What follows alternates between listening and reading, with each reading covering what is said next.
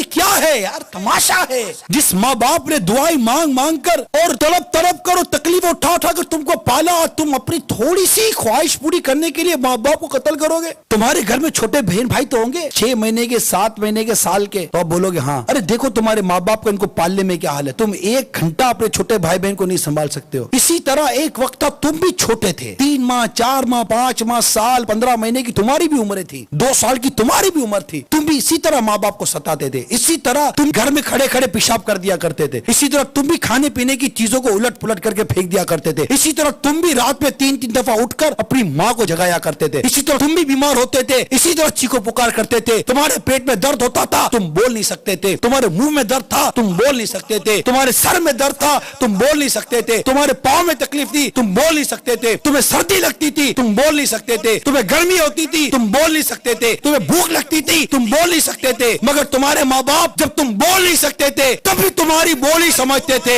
आज जब तुम बोलते हो तो माँ बाप को बोलते हो तुम हमारी बात समझते नहीं। अरे तुम्हारा माँ बाप उस वक्त तुम्हारी बात समझते थे जब तुम बोल नहीं सकते थे। आज जब तुम बोल सकते हो तो क्या तुम्हारे माँ बाप तुम्हारी बात समझते नहीं होंगे? समझते हैं। अरे तुम नहीं समझते तुम्हारे माँ बाप तुम्हारे बारे में क्या भला चाहते हैं। अरे इस माँ ने पैसा रोककर क्या बुरा किया था? अपने माँ बाप की कदर करना सीखो, अपने माँ बाप का अदब और एहतराम करना सीखो। अगर माँ बाप को नाराज करके मर गए, यकीन मानो मर जाओगे। माँ बाप को सताने की ऐसी सजा है, किताबों में लिखा है कि कई गुनाह जिनकी सजा अल्लाह ताला क़यामत के दिन के लिए उठा रखता है। मगर माँ बाप को सताने की सजा, माँ बाप को नाराज करने की सजा ऐसी है कि अल्लाह ताला आखिरत में तो देता ही देता है, दुनिया में भी इसकी सजा के नजारे नजर आते हैं। तबाह बर्बाद हो जाते हैं माँ बाप को सताने वाले।